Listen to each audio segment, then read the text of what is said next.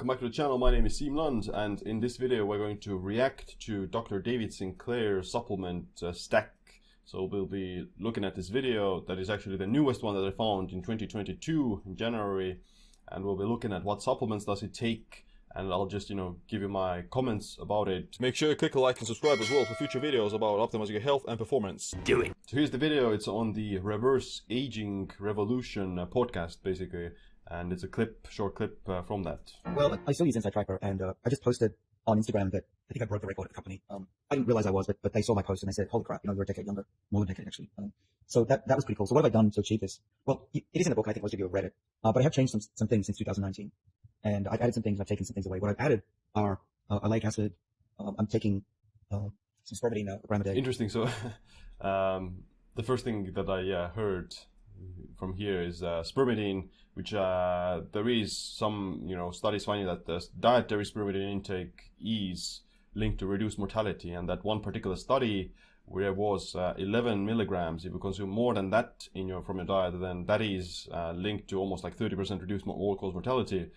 Epidemiology study, but still a pretty long study as well. But he said he's taking 1 gram a day, if I'm not mistaken. Let's hear it again. Spermidine now, a gram a day. Okay, so yeah, 1 gram of spermidine is, that's quite a lot compared to the 11 milligrams that you may need to take. I don't know if it's, if I heard it correct, but I mean, 1 gram is a whole lot more than 11 milligrams. I'm not sure if that's correct, because I don't think that you would need to take more than that. You would just want to get a lot above 11 milligrams. And, it's hard, it's not that easy to get 100% of that from just diet, unless you're eating like wheat germ and cheddar cheese and those kinds of things. But yeah, I do think that spermidine is a good supplement. It's an autophagy booster and has like other anti-inflammatory benefits as well. I do take it myself. I do only take like 4 milligrams a day because I'm getting to rest from my diet, but ideally you just want to get 11 milligrams a day at least. I mean, there's no studies that I'm aware of that look at what happens if you take 1 gram a day, which is interesting. But yeah, maybe like 1 gram is probably like an overkill. I'm not sure how does he get it or what sources does it get from. All of it. Some analytics of physique and quercetin we discovered back in 2003 were lifespan extending molecules, and those appear to not just activate SIRT1 like resveratrol does, but also kill off senescent cells at high doses. So I've done that, and I'm monitoring myself also epigenetically to see if I'm actually reversing my epigenetic age, which from my book is one number that's very important. So fisetin and quercetin, yes, there's analytics. They do kill off senescent cells, and they can also extend lifespans in like other species. There's no human studies that I'm aware of that look at how they affect all-cause mortality or longevity. But I do take quercetin and fisetin not every day, but quite regularly. The good thing about quercetin is also that it inhibits CD38, which is this glycoprotein that is like increased when you're under inflammation, and it also consumes NAD. It's one of the biggest consumers of NAD, and one of the biggest reasons why you see a decrease in your NAD levels as you get older, because of CD38 goes up. And yeah, quercetin is a good, let's say, counter measurement or counter actor against CD38. And of course, the senescent cells, you get older, you increase oxidative stress, that increases senescent cells. And senescent cells are just, they're like zombie cells that spread inflammation to the neighboring cells, and it's kind of this, swarm effect of zombie cells. So, at least like irregularly taking quercetin and fisetin can be good, but I wouldn't take like, fisetin and quercetin every day, because they may have like some, negative side effects as well, by like, maybe causing some collateral damage, or even like, they may also inhibit like mTOR and these other, let's say, growth pathways in excess. I personally think that you don't want to be suppressing mTOR all the time. With Sinclair, like he may be less, let's say, concerned with that. He is much more eagerly suppressing mTOR. But I personally think that, if you want to maintain muscle mass, if you want to maintain bone density, and yeah, like just functional fitness for the later years, then you do want to have like some balance between mTOR and these other longevity pathways, which I've made like many other videos as well. You can check them out that talk about how to balance it and how do you do it. Perfectly balanced. So this video didn't cover all the things that Sinclair takes. I actually found this basically blog post by Novos Labs as well, that October 2021, that covers the ones that he talks about in Lifespan, his book. So nicotinamide mononucleotide, NMN, 1 gram a day per day in the morning.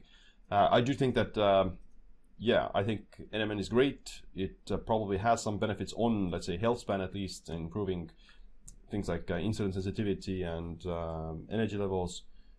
This blog post says that 1 gram is pretty high, and you need only 250 to 500 milligrams to be sufficient.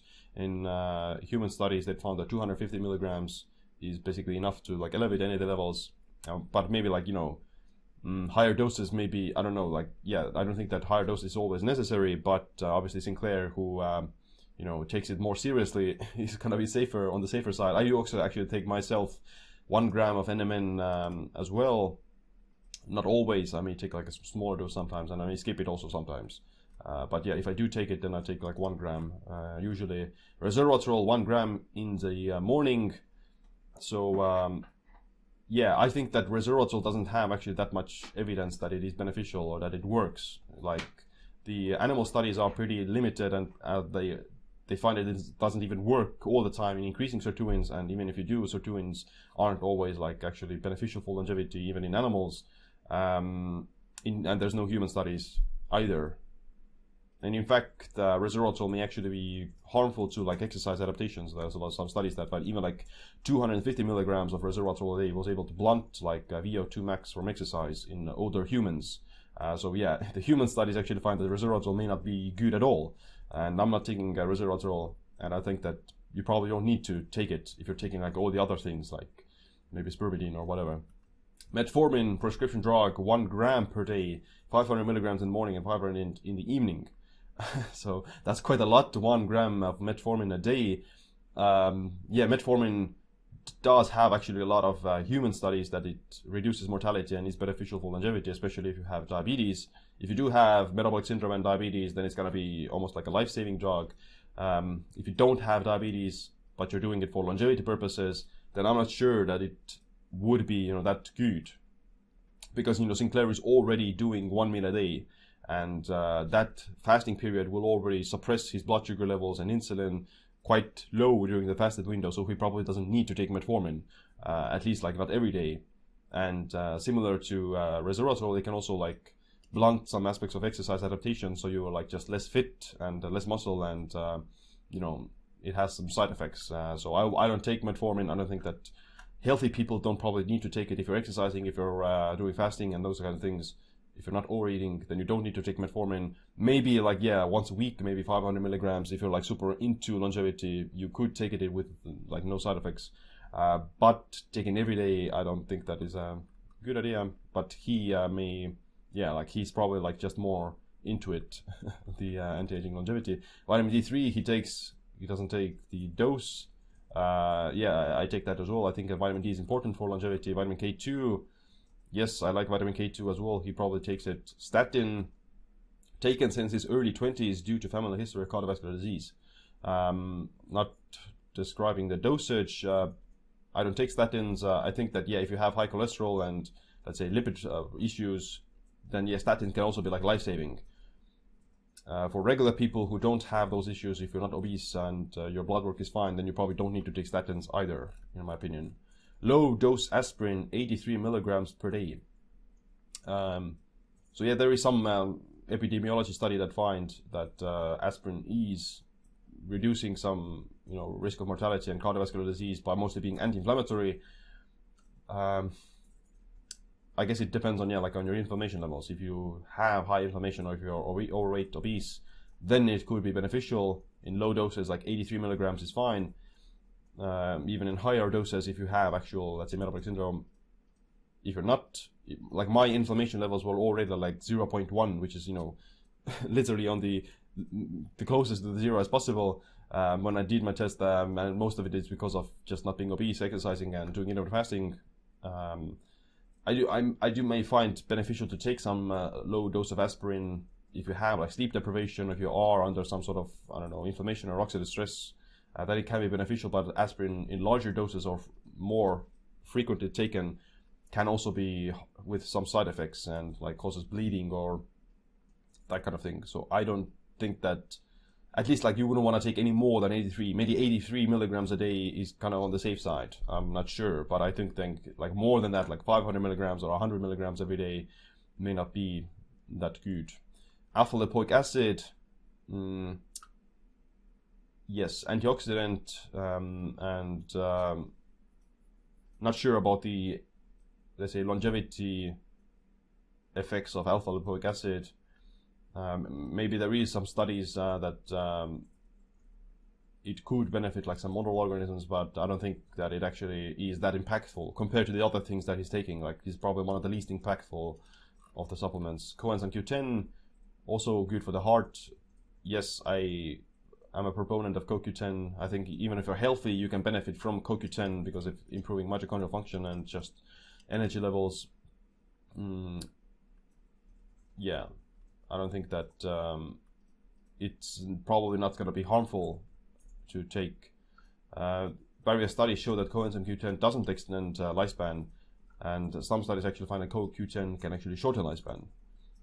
This the article says, which I'm not, I haven't fact checked, but I'm not sure. I don't think that it's going to be harmful. Smoke bomb. So overall, I think that a few things I agree with him. Like NMN is good, quercetin is good. I don't think resveratrol is good. I don't think metformin is good. Vitamin D is good. Vitamin K2 is good. What else you took? Fisetin is good. Some infrequently. So yeah, those are some pretty okay supplements. But there's definitely a lot of other things that he probably didn't talk about, or he may have missed, or he's not aware of. I personally take like a few additional supplements, like apigenin is also another CD38 inhibitor. I'm not taking it all the time, but sometimes. Then I mentioned spermidine. I'm taking that as well. I mean things like some easy wins, even like creatine. I think he should take creatine, especially if he's on a plant-based diet. It's gonna be quite effective for him.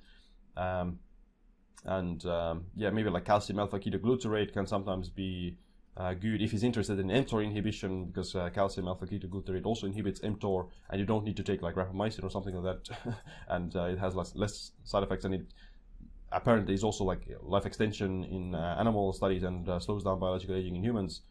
But yeah, so if you want to check out all the other supplements that I'm taking, then I have this free basically PDF with all the supplements that I'm taking, when I'm taking, in what doses, how many times a week. And so I basically outline, from the morning to the evening, all the sleep supplements, all the exercise supplements, all the morning supplements, and all those things you can find in my PDF, free PDF. Just, put your email in and get it. You can get it from seemlan.com/supplements. Other than that, thanks for watching this video. Make sure you click like, subscribe, notification bell as well. My name is Seem. Stay optimized, stay empowered.